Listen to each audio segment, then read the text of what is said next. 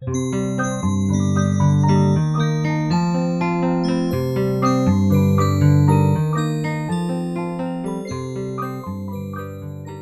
everyone, it's Jotzi for the Rough Cuts on Sunday, Oscar Sunday.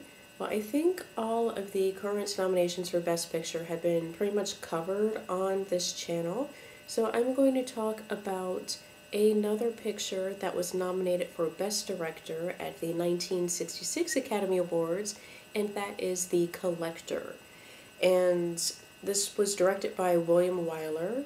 Some of you might be more familiar with his amazing works, such as Mrs. Miniver, The Best Years of Our Lives, Ben-Hur. He won Oscars for Best Director for all three of those. He also did like Little Foxes, The Letter, films of that caliber. This was the last film for which he was nominated for Best Director, and it stars Terrance Stamp. Some of you may be familiar with him as General Zod from Superman, also Smallville, and Samantha Eggar. Now this film, it was based on the novel by John Fowles, which was a highly disturbing novel, if any of you have ever read it.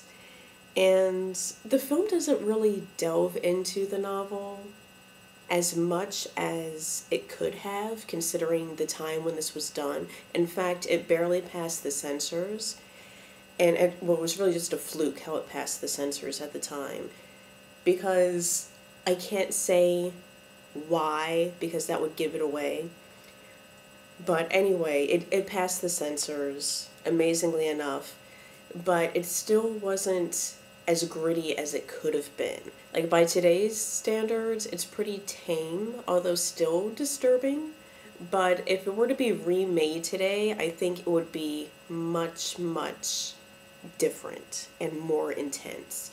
Now, what this film is about, you have a young man who collects butterflies, and he's very, very withdrawn from society, and he starts stalking this art student.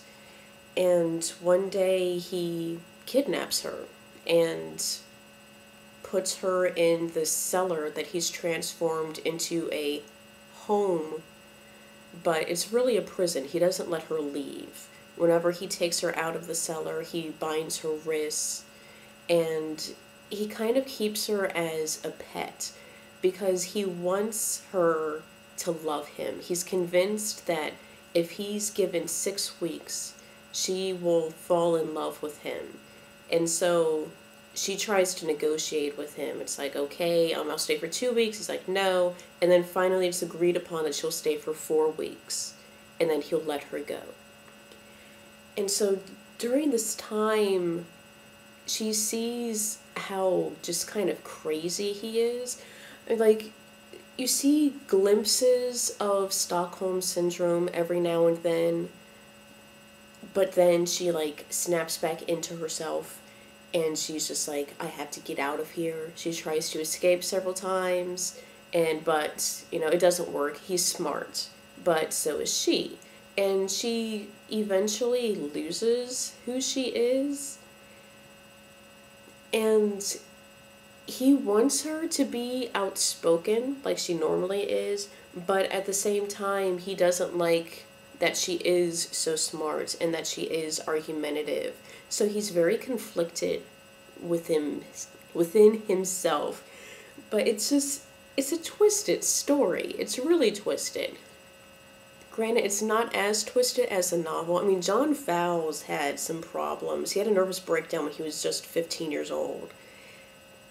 And it's a freaky movie. It's a disturbing movie. It's freaky. And it's difficult to talk about it without giving anything away. But it's, they're like one of the undertones or overtones of the novel that you don't find so much in the book is like the control factor of the few versus the many. Because Samantha Eggar's character is very, very outspoken. She's popular. She's having this fling with a much older man. And, she's very, woman of the day. And you have this psychopath who's watching her from afar, and then it's like, yeah, I want her. But in society, he's nothing. He's like, people look down on him. But then he captures her representing the many, and now he's in control of that whole situation. So it's kind of twisted. Anyway, you all should check it out. It's a collector.